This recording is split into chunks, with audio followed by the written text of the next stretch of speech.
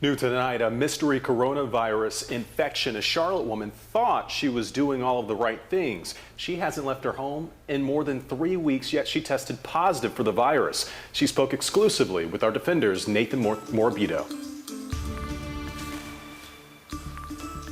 Living with an autoimmune disorder, she says she only had contact with 3 people since mid-March, including a woman who dropped off groceries for her, a lady who later tested positive for COVID-19.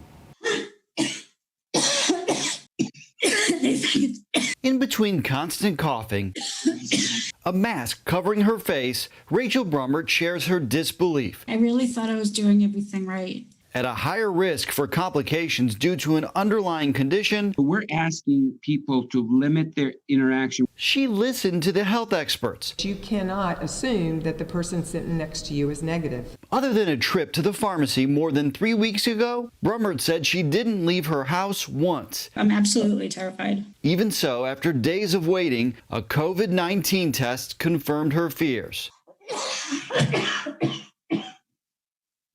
I'm sorry. Don't apologize. From what I'm hearing about ventilators, it's scary stuff. I really hope that I could just wait this out at home. Have you ever felt this bad in your life? Never. Not once.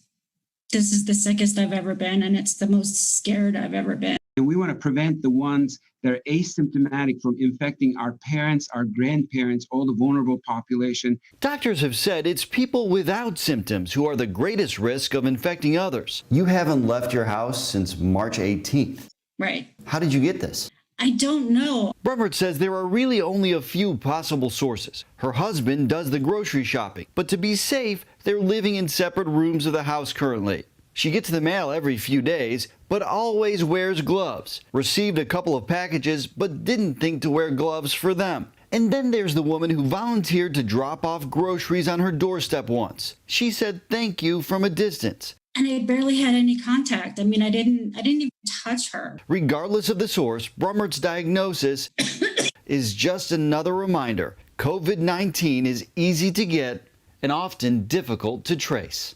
Brummert's had many of the symptoms we've heard about. That cough, a fever, a headache, trouble breathing. Even so, it took her days to meet the criteria to be tested. Nate Morabito, WCNC Charlotte.